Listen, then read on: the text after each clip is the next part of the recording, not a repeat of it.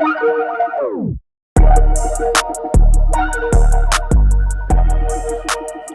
what's happening, peeps? We back again with another one.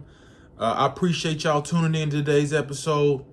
I got some great content I'm delivering. Hope you all find value in it. And before we get too deep in today's content, like, comment, subscribe to the channel.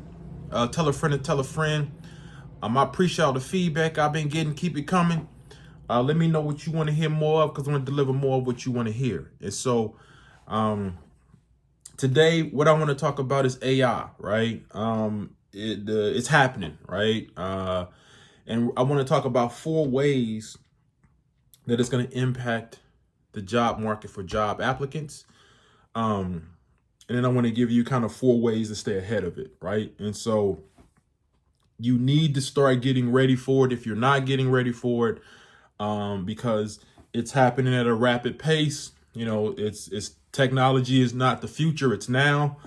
And so let's get into kind of the different areas it's going to affect the market. You probably experienced some of these, but hopefully you'll recognize some of these as well going forward.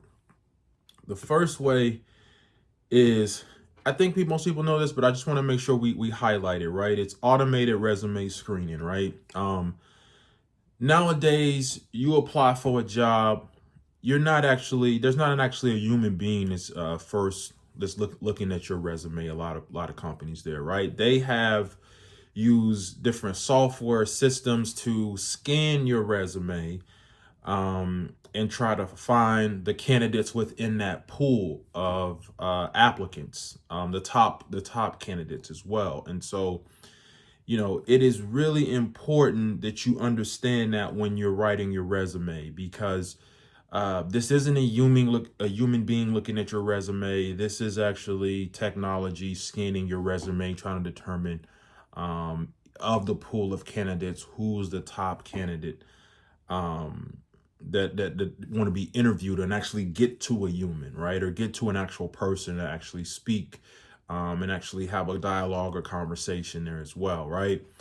People are applying at jobs at, I would say, a much faster rate nowadays, because if you look online, most people don't stay at their companies for 20, 30, 40 years.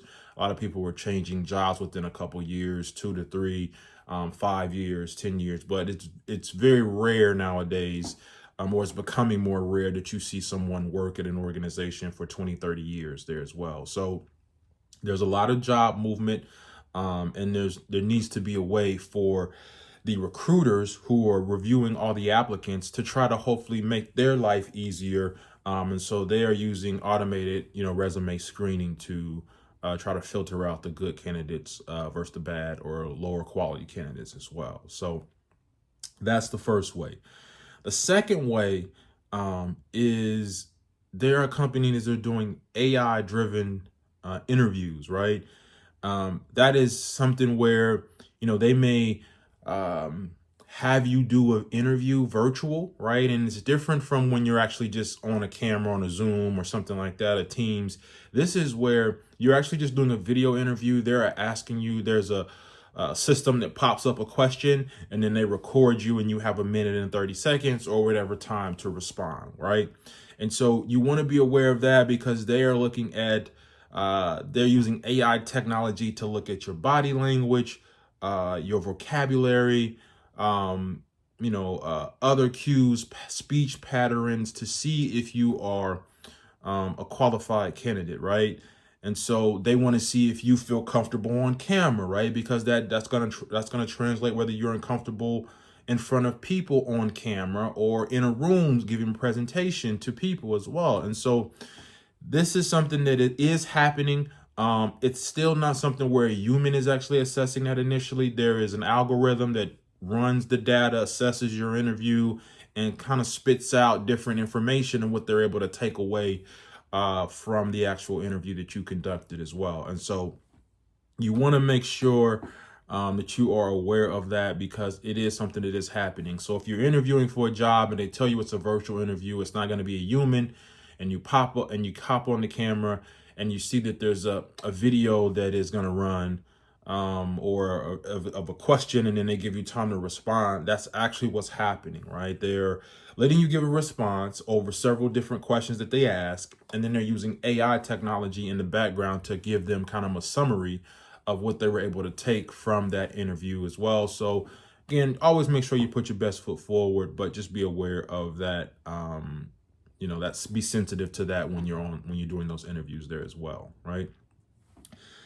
The other piece, the third one I have is there is a increased emphasis on data skills, right? A lot of jobs, like if you can code, right, you can probably work at any company, right? I'll just tell you, right? I mean, having data skill set, something where you can translate data, understand data, create codes for data, but that is becoming a increased focus in the job market. Companies are wanting people who can have high level data skills, right, in various ways. And so it's not just always the art, a lot of people, kind of focus on. It's the science behind it, right? And so make sure that you understand that it is not traditionally focused data. It's how can you see it in a different way.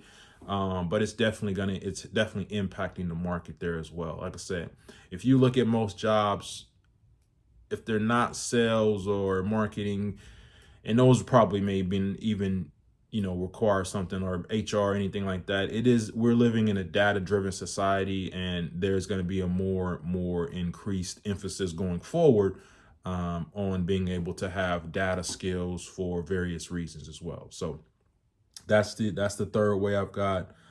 And then the fourth way is kind of leading into that as a build on to that previous item there in terms of data skills, right?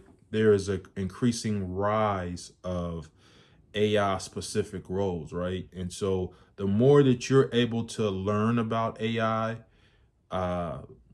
personally, it will develop your skills, right? But there's becoming more of a demand on AI and the ability to understand AI, the ability to interpret AI, jobs that are being created because of AI, right? There's AI ethics, there's AI specialists, AI data scientists, machine learning engineers. You're seeing jobs that specifically ask for AI, right? They're going to say an AI data scientist, right? And so it's not just do you know Microsoft Teams, or do you know how to use Zoom, or do you know how to use this this system here, this system that you manually do, you have to type and input data there as well. It's no, how do you know how to use AI, right? Do you have the skill set to be able to use AI, understand it, create whatever information you're trying to create, to be able to get some type of conclusion from the information there as well. So a growing industry, right? Because there are a lot of industries that are actually shrinking because of AI, but AI driven jobs are becoming more and more popular nowadays there as well. So I want to give you guys 4 ways to try to stay ahead of the curve, right? We've kind of highlighted a little bit when I was giving you the kind of the 4 ways that it's impacted it. So, but I want to make sure that I kind of drive it home on this as well a little bit further. So the first one is upskill your AI and data literacy, right? So the more that you learn about AI, the more you're comfortable with AI, the more you learn how to use AI, interpret AI, you will make yourself a more marketable candidate, right? In whatever field, right? It is literally changing every industry, right? In some way, shape, or form, right? And so the more skill set that you have, the faster you learn that, the faster you learn AI language, literacy, kind of that vocabulary and that space there, the better you are going to be in your career a lot sooner, right? You're going to accelerate faster than someone who just doesn't want to touch it, or they're just really trying to do the minimum level that needs to be done for that particular job, right? Because the more you upskill, the faster you're going to be. AI is going to be coming at an accelerated rate. And so if you have the skill set, you're going to make yourself a more marketable candidate. Yeah. And then the second one, I would still always say focus on human skills, right? Because as much as AI is a great thing, it's going to be able to interpret all these pieces of information. There is a human element, right? Of um soft skills, right? Emotional intelligence, creativity, complex, problem solving, right?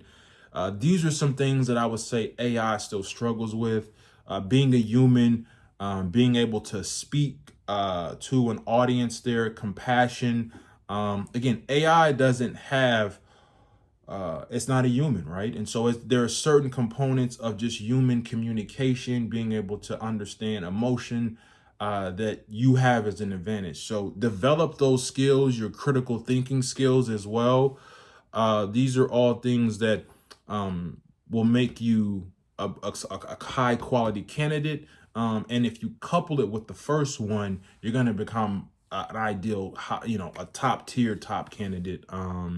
When you're applying for jobs or pursuing career advancement opportunities there as well. So I wanted to make sure that we highlight that it's still important for you to have those human communication skills, because it makes you a lot more marketable than a lot of people, right? You would be surprised at how many people just have poor communication skills.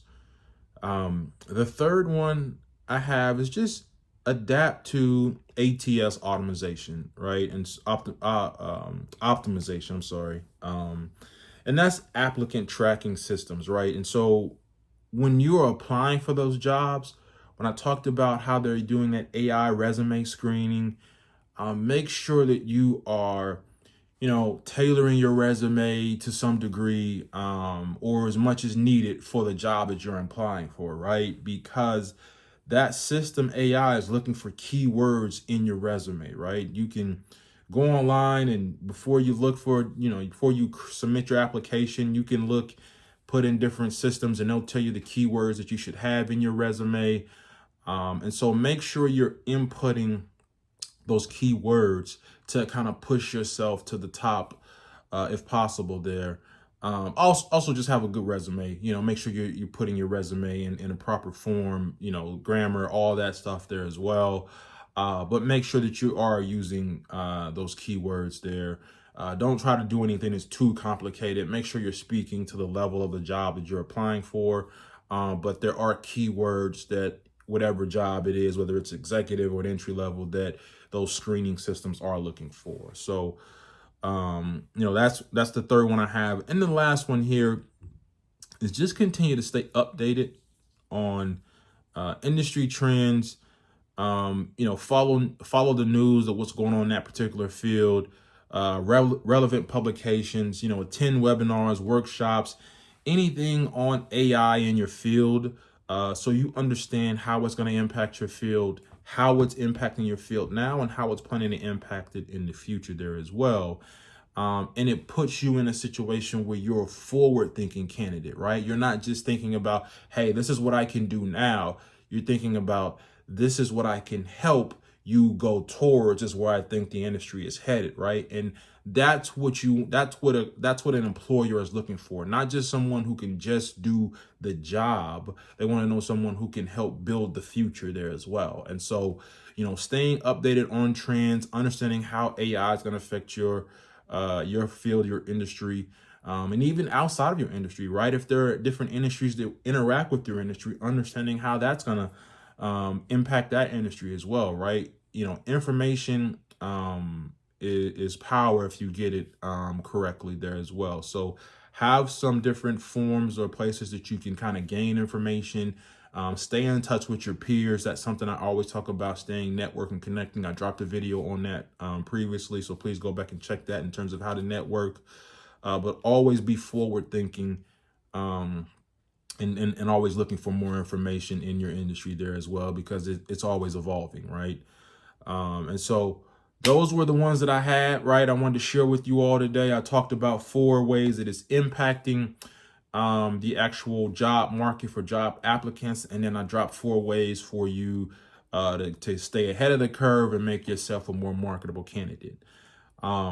Let me know in the comments if there's anything that I missed on either of those different ways it's impacting the job market, or things that you can do to make yourself a more marketable candidate. Also, let me know if there's topics that you all want to hear. I've got some. I'm going to keep dropping. I got some great feedback from you all, so keep it coming, because I want to give you more of what you want to hear.